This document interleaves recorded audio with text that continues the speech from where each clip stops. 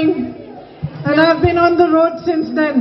So if I'm late, it's only because of the affection and love that I've been getting on the way. That has delayed me.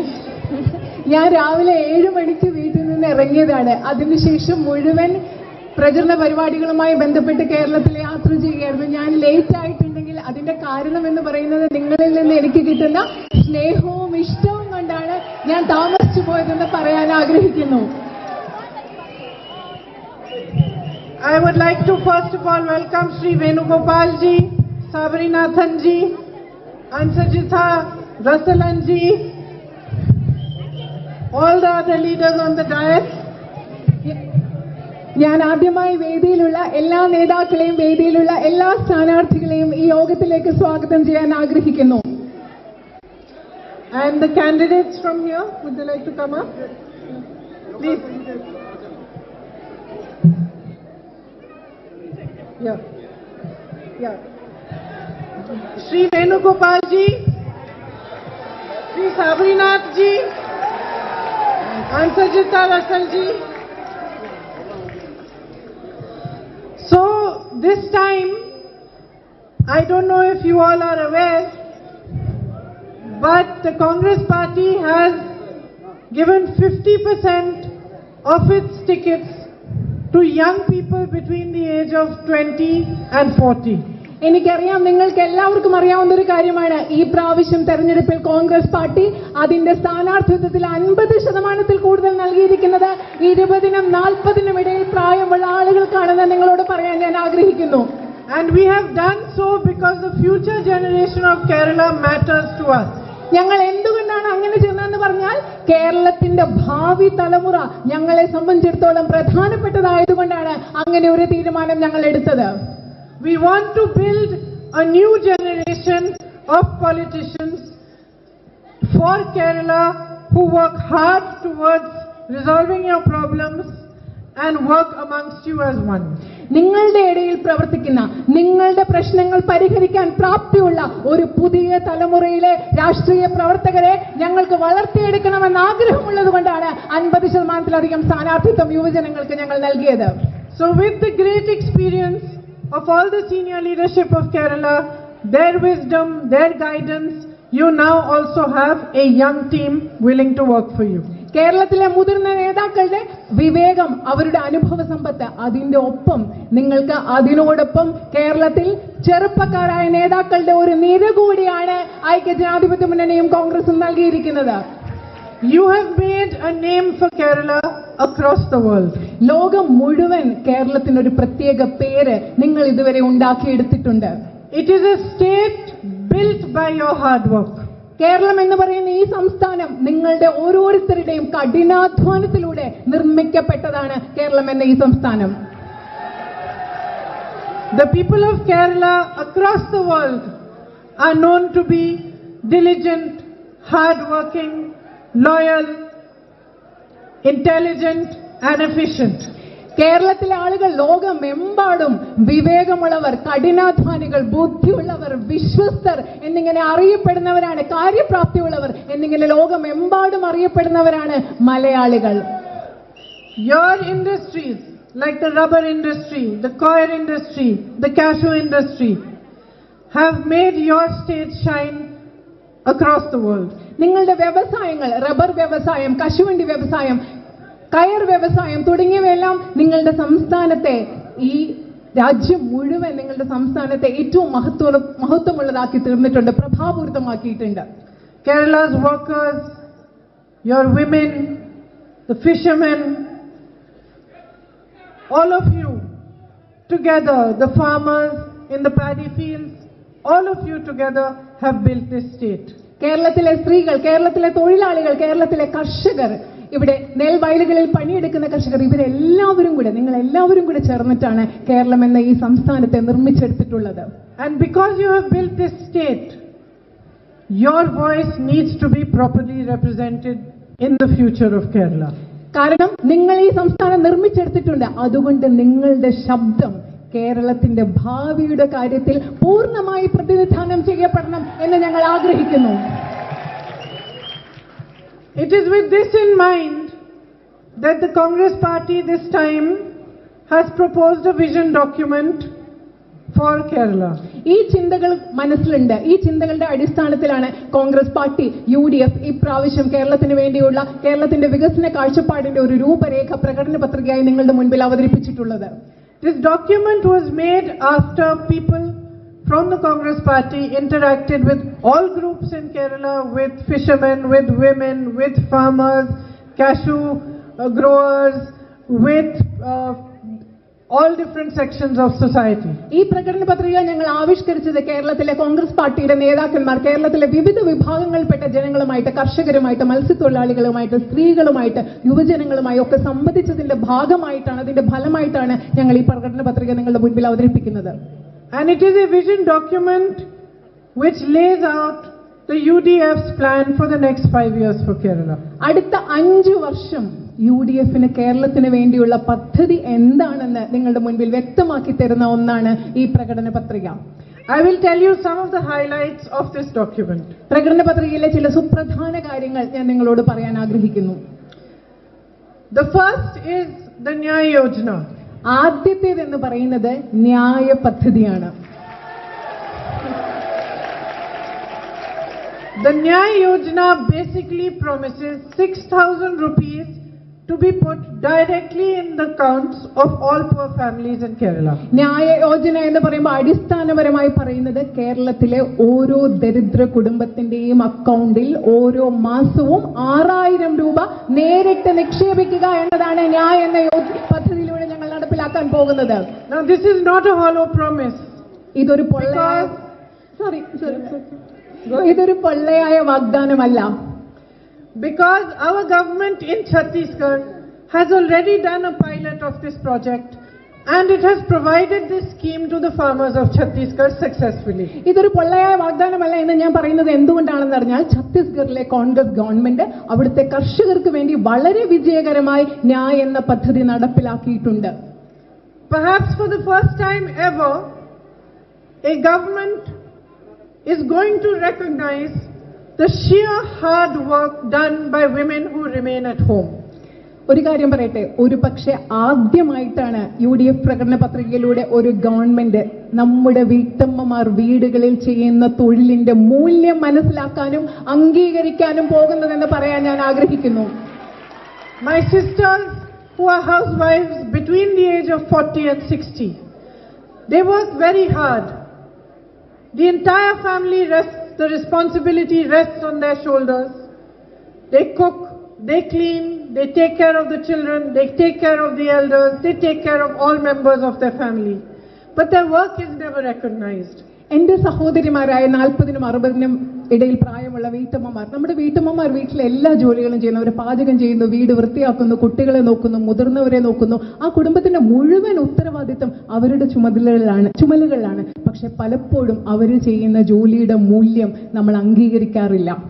So the UDF proposes to recognize their work and give them something to support themselves and will transfer 2,000 rupees direct cash into their accounts as well. അതുകൊണ്ട് നമ്മുടെ നാട്ടിലെ വീട്ടമ്മമാർ 40-നും 60-നും ഇടയിൽ പ്രായമുള്ള വീട്ടമ്മമാരുടെ തൊഴിലിന്റെ മൂല്യത്തെ അംഗീകരിച്ചുകൊണ്ട് എല്ലാ മാസവും അവർക്ക് 2,000 രൂപ നേരിട്ടുള്ള ക്യാഷ് ട്രാൻസ്ഫർ നടത്തും എന്ന് ഐക്യ ജനാധിപത്യ മുന്നണി നിങ്ങൾക്ക് വാഗ്ദാനം നൽകുന്നു. The welfare pension will be increased to rupees 3,000 a month. ക്ഷേമ പെൻഷൻ മാസത്തിൽ 3,000 രൂപയായി ഞങ്ങൾ ഉയർത്തും. To end the caste discrimination and partiality in schools, colleges and universities, a new act will be made called the Rohit Vemula Act. സ്കൂളുകളിലെയും കോളേജുകളിലെയും സർവകലാശാലകളിലെയും പക്ഷപാതിത്വവും ജാതീയമായ വിവേചനവും അവസാനിപ്പിക്കുന്നതിന് വേണ്ടി രോഹിത് വെമുല നിയമം എന്ന പേരിൽ ഒരു പുതിയ നിയമം UDF ഗവൺമെന്റ് നടപ്പിലാക്കും.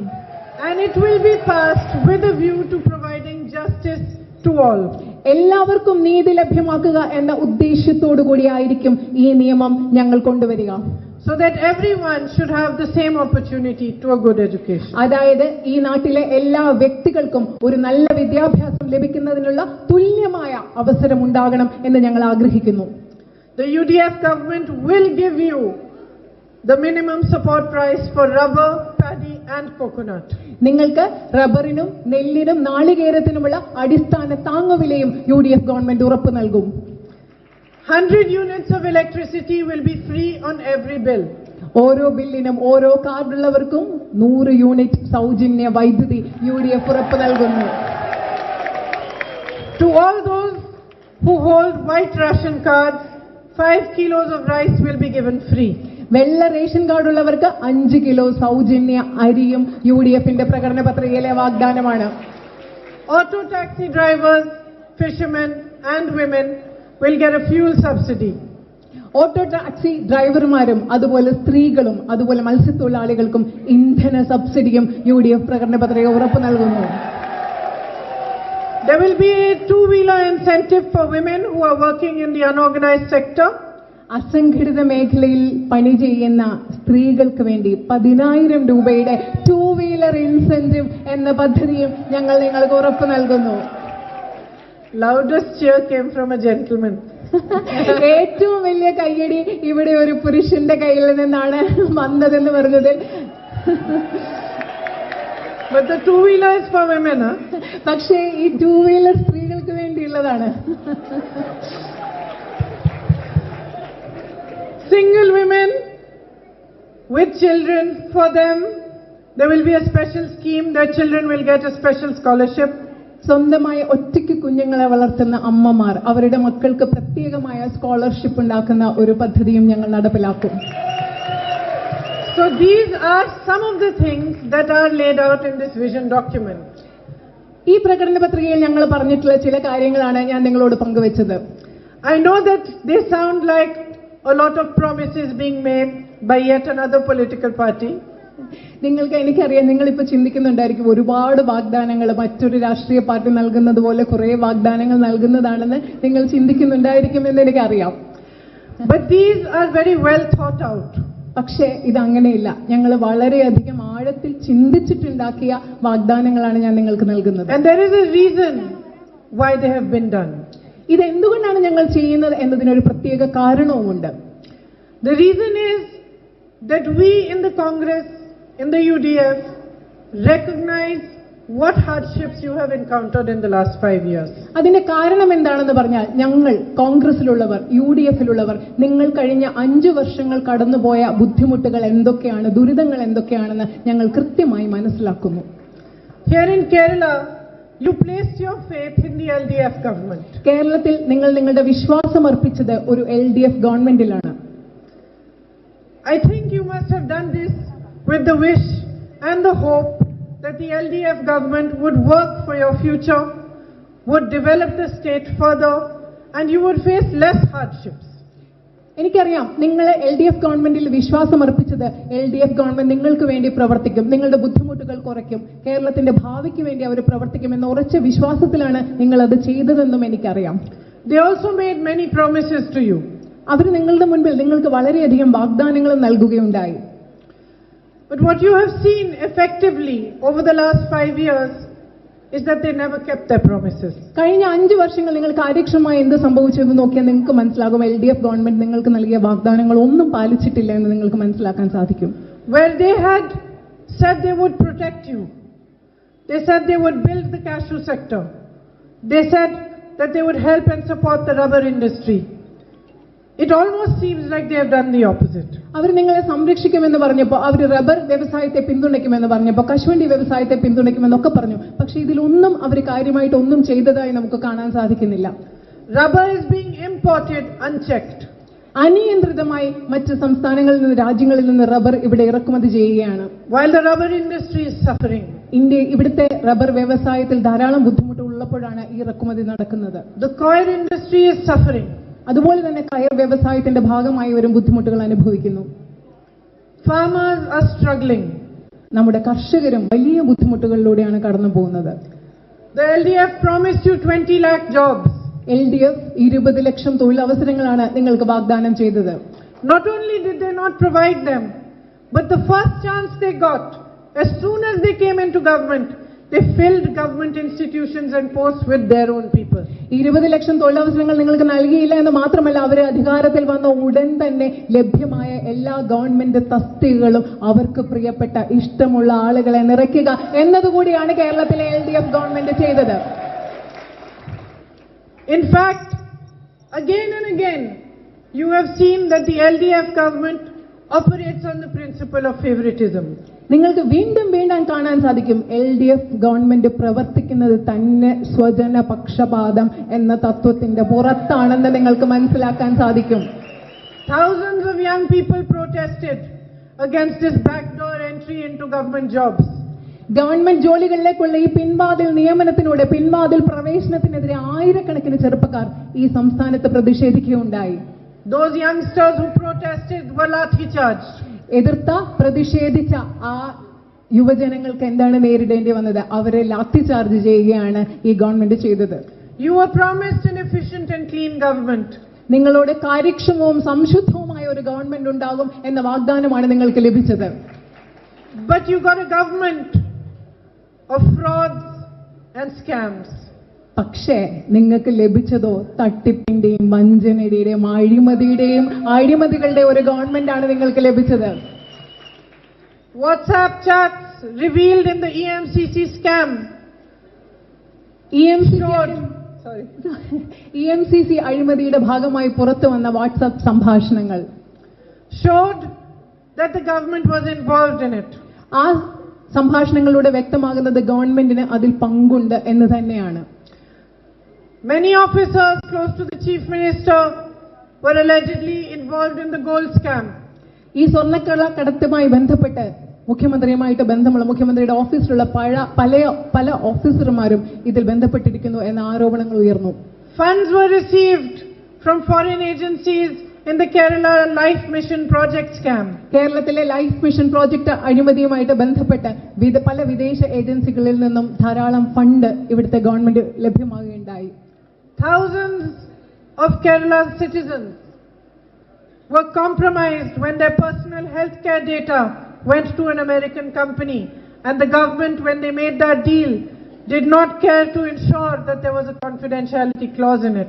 രഹസ്യാത്മകത ഉറപ്പുവരുത്താതെ അമേരിക്കൻ കമ്പനിയുമായിട്ട് ഗവൺമെന്റ് ഉടമ്പടിയിൽ ഏർപ്പെട്ടപ്പോൾ കേരളത്തിലെ ആയിരക്കണക്കിന് വ്യക്തികളുടെ പൗരന്മാരുടെ വ്യക്തിഗത സ്വകാര്യ ഡേറ്റയാണ് അമേരിക്കൻ കമ്പനിക്ക് കൈമാറിയത്.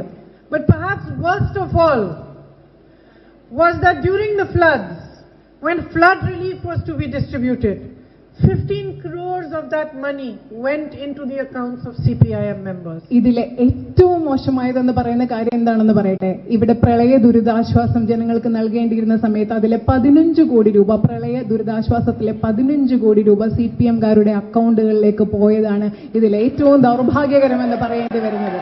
As if that was not enough, many complaints came from fishermen and fisherwomen saying that they did not get relief because they were not members of the CPI.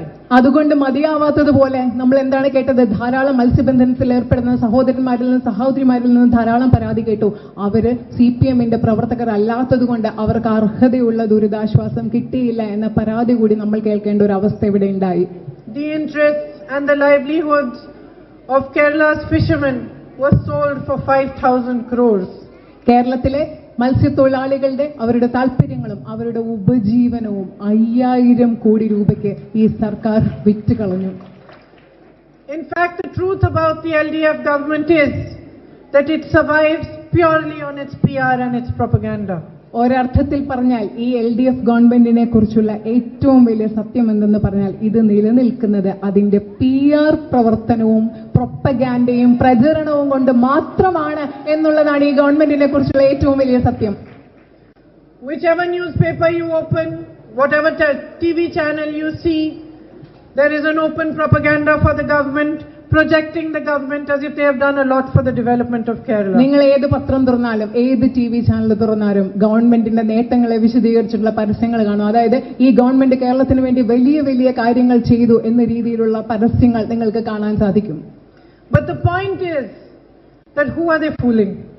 പക്ഷേ ചോദിക്കേണ്ടത് ഇതാണ്, അവരാരെയാണ് വിഡ്ഢികളാക്കുന്നത്?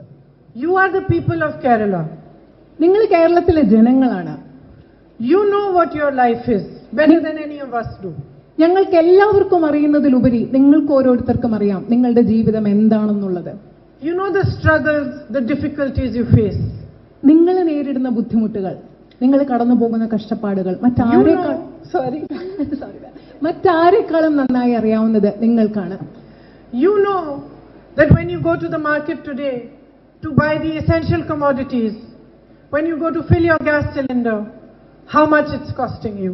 നിങ്ങൾ അവശ്യ വസ്തുക്കൾ വാങ്ങാൻ വേണ്ടി മാർക്കറ്റിലേക്ക്, ചന്തയിലേക്ക്, കടയിലേക്ക് പോകുമ്പോൾ, അല്ലെങ്കിൽ നിങ്ങളുടെ ഗ്യാസ് സിലിണ്ടർ നിറയ്ക്കാൻ നിങ്ങൾക്ക് പോകുമ്പോൾ എത്രമാത്രം വിലയാണ്, ആ യാഥാർത്ഥ്യം നിങ്ങൾക്ക് ഓരോരുത്തർക്കും അറിയാം.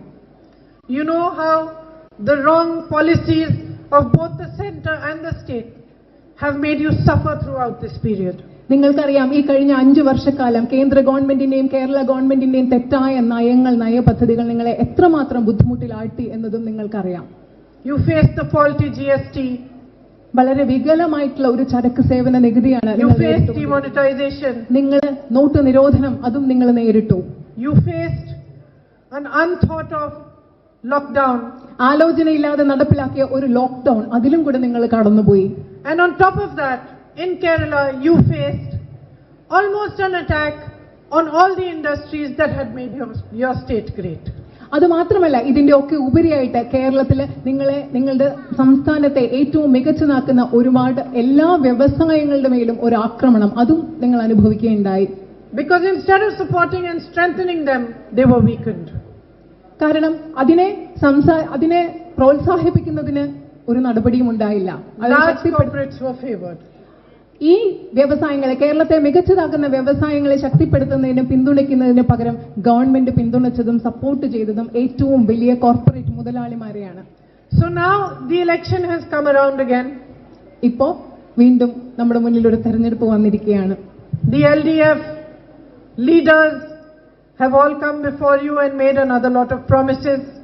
LDFന്റെ ഇടതുപക്ഷ ജനാധിപത്യ മുന്നണിയുടെ നേതാക്കൾ നിങ്ങളുടെ മുൻപിൽ വന്നിട്ടുണ്ടാവും. ഒരുപാട് അനേകം വാഗ്ദാനങ്ങൾ നിങ്ങൾക്ക് നൽകിയിട്ടുണ്ടാവും. In between, the BJP and RSS has also tried to distract you from issues of your development, issues of your progress, and spoken about issues that are divisive. അത് ഇതിന്റെ ഇടയിൽ കൂടി BJP RSSും വന്നിട്ട് നിങ്ങളുടെ യഥാർത്ഥ പ്രശ്നങ്ങളിൽ നിന്ന്, വികസനം എന്ന് തുടങ്ങി നിങ്ങളുടെ ജീവിതത്തെ ബാധിക്കുന്ന യഥാർത്ഥ പ്രശ്നങ്ങളിൽ നിന്ന് നിങ്ങളുടെ ശ്രദ്ധ തിരിച്ചുവിടാൻ അവരും ഒരു ശ്രമം നടത്തിയിട്ടുണ്ടാവും. So I'll ask you one simple question. ഞാൻ നിങ്ങളോട് ഒരു വളരെ ലളിതമായ ചോദ്യം ചോദിക്കാം. What are you going to do about it? നിങ്ങൾ ഇതിനെക്കുറിച്ച് എന്താണ് ചെയ്യാൻ പോകുന്നത്? Democracy has given you your biggest weapon. ജനാധിപത്യം നിങ്ങൾക്ക് നിങ്ങളുടെ ഏറ്റവും വലിയ ആയുധം നിങ്ങളുടെ കയ്യിൽ തന്നിട്ടുണ്ട്. Your greatest strength is your vote. നിങ്ങളുടെ ഏറ്റവും വലിയ ശക്തി എന്ന് പറയുന്നത് നിങ്ങളുടെ കയ്യിലുള്ള നിങ്ങളുടെ വോട്ടാണ്. Your life and your struggles have given you wisdom. നിങ്ങളുടെ ജീവിതവും നിങ്ങളുടെ കഷ്ടപ്പാടുകളും നിങ്ങൾക്ക് ജ്ഞാനവും വിവേകവും നൽകിയിട്ടുണ്ട്. This beautiful state that people from all over the world come to visit. The people of Kerala who have built it, its reputation, its culture, its traditions that are respected by the rest of the world belongs to you. ഈ മനോഹരമായ കേരളം എന്ന് പറയുന്ന സംസ്ഥാനം, നിങ്ങൾ എല്ലാവരും ചേർന്ന്, ലോകം മുഴുവനുള്ളവർ കാണാൻ വരുന്ന, സന്ദർശിക്കാൻ വരുന്ന ഈ സംസ്ഥാനം, ഇതിന്റെ സംസ്കാരം, പാരമ്പര്യം, ഇതെല്ലാം നിങ്ങൾ ഓരോരുത്തരും ചേർന്ന് ഉണ്ടാക്കിയെടുത്തിട്ടുള്ളതാണ്. It is your home, your land. ഇത് നിങ്ങളുടെ സ്വന്തമാണ്, ഇത് നിങ്ങളുടെ വീടാണ്, ഇത് നിങ്ങളുടെ ഭൂമിയാണ്. ഈ കേരളം നിങ്ങളുടെ സ്വന്തമാണ്. This is your culture of togetherness, of peace, of harmony. ഇത് ഒത്തൊരുമയുടെ, സാഹോദര്യത്തിന്റെ, ഐക്യത്തിന്റെ നിങ്ങളുടെ സംസ്കാരമാണ്. No political party gave it to you. ഒരു രാഷ്ട്രീയ പാർട്ടിയും അത് നിങ്ങൾക്ക് നൽകിയതല്ല. You got it from people like Sri Narayan Guru. Sreenarayana ഗുരുവിനെ പോലെയുള്ള ആളുകളിൽ നിന്ന് നിങ്ങൾക്ക് ലഭിച്ചതാണത്. It was your own tradition. അത് നിങ്ങളുടെ സ്വന്തം പാരമ്പര്യത്തിൽ നിന്ന് നിങ്ങൾക്ക് ലഭിച്ചതാണ്. And even when political parties like the Congress party, whose ideology matches with those traditions, took from it took from the tradition that was yours.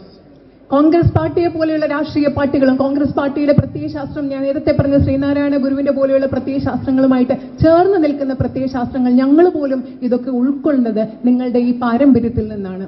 So more than anyone else's responsibility, It is your responsibility to see to it that you have a government in your state that works for you.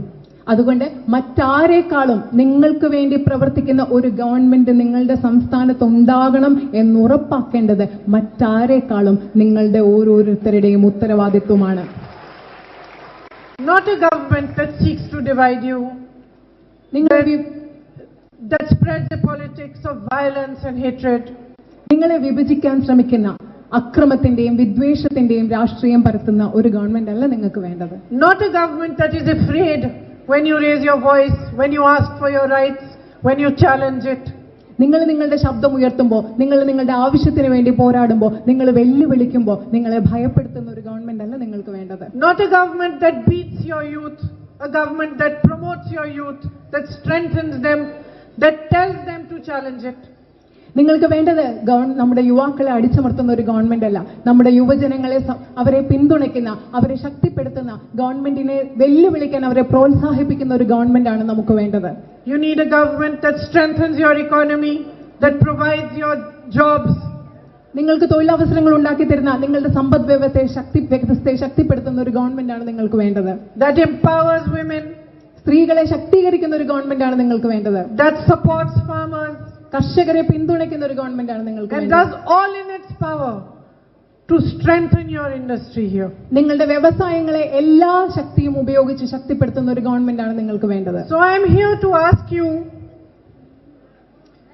to think hard before you cast your vote this time. അതുകൊണ്ട് ഞാൻ നിങ്ങളോട് നിങ്ങളുടെ vote ചെയ്യുന്നതിന് മുമ്പ്, ഈ പ്രാവശ്യം vote ചെയ്യുന്നതിന് മുമ്പ് കാര്യമായി ആലോചിക്കണം എന്ന് നിങ്ങളോട് പറയാൻ ആവശ്യപ്പെടാനാണ് ഞാൻ ഇവിടെ വന്നിരിക്കുന്നത്. Do not let it go waste. നിങ്ങളുടെ വോട്ട് നിങ്ങൾ പാഴാക്കി കളയരുത്. Use it to empower yourselves. നിങ്ങളുടെ വോട്ടിനെ നിങ്ങളെ ശക്തീകരിക്കാൻ നിങ്ങൾ ഉപയോഗിക്കണം. Use it to build Kerala. നിങ്ങളുടെ വോട്ട് ഈ കേരളത്തെ നിർമ്മിക്കാൻ നിങ്ങൾ ഉപയോഗിക്കണം. Choose the UDF.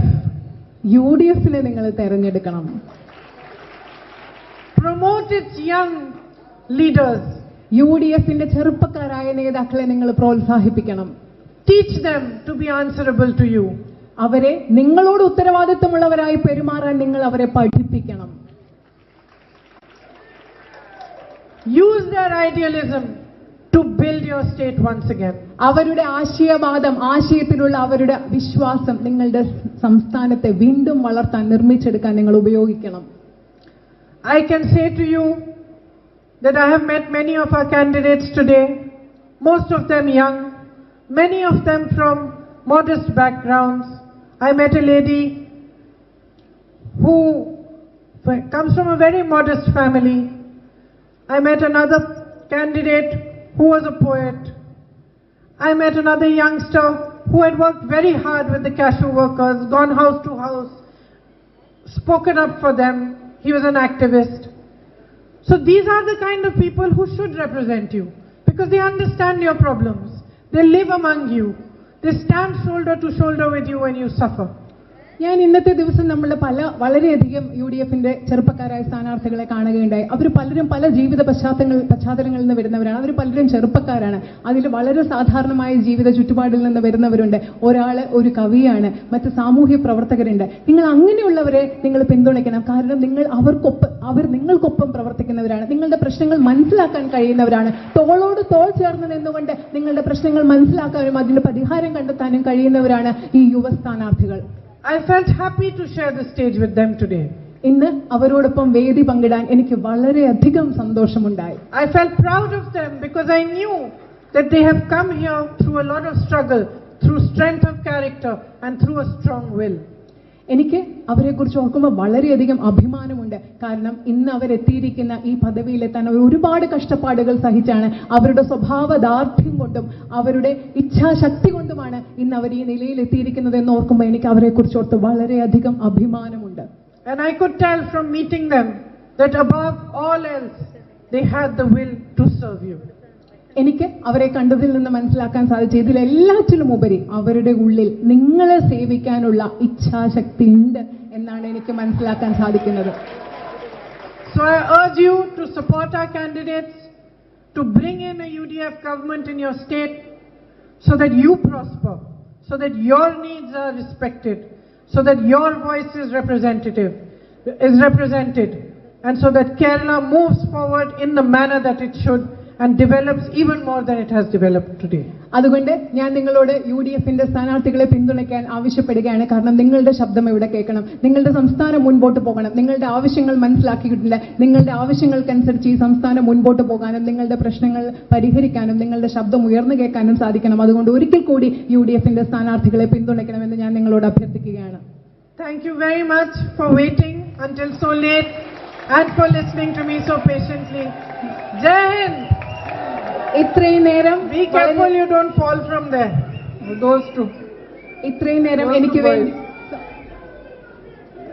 നിങ്ങൾ മുകളിൽ നിൽക്കുന്നവർ വീഴാതെ ശ്രദ്ധിക്കണം എന്ന് പറയുകയാണ്. നിങ്ങൾ ശ്രദ്ധിക്കണം അവിടെ നിൽക്കുന്നവർ. ഇത്രയും നേരം ക്ഷമയോടുകൂടി എന്നെ ശ്രവിച്ചതിനും ഇത്രയും താമസിച്ച് ഇവിടെ കാത്തിരുന്നതിനും നിങ്ങളോട് ഒരിക്കൽ കൂടി ഞാൻ നന്ദി പറയുന്നു. ജയ് ഹിന്ദ്.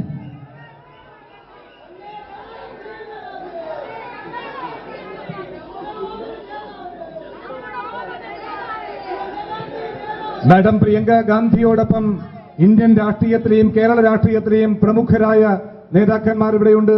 ബഹുമാന്യനായ അഖിലേന്ത്യാ കോൺഗ്രസ് കമ്മിറ്റിയുടെ ജനറൽ സെക്രട്ടറി, കേരളത്തിന് ചുമതല നിർവഹിക്കുന്ന ശ്രീ താരിഖ് അൻവർ, ശ്രീ അടൂർ പ്രകാശ് MP തുടങ്ങിയ എല്ലാ നേതാക്കന്മാരും നിങ്ങളോട് അവരാരും പ്രസംഗിക്കുന്നില്ല, അവരുടെ എല്ലാ പിന്തുണയും അവർ പ്രസംഗിച്ചതായി കണക്കാക്കണമെന്ന് വിനയപൂർവ്വം അഭ്യർത്ഥിച്ചുകൊണ്ട് നമ്മുടെ ദേശീയ നേതാവ്, നമ്മുടെ പ്രിയങ്കരിയായ നേതാവ് ശ്രീമതി പ്രിയങ്ക ഗാന്ധിക്ക് അഭിവാദ്യങ്ങളും എല്ലാ ആശംസകളും നേർന്നു നന്ദി രേഖപ്പെടുത്തുന്നു. നന്ദി, നമസ്കാരം.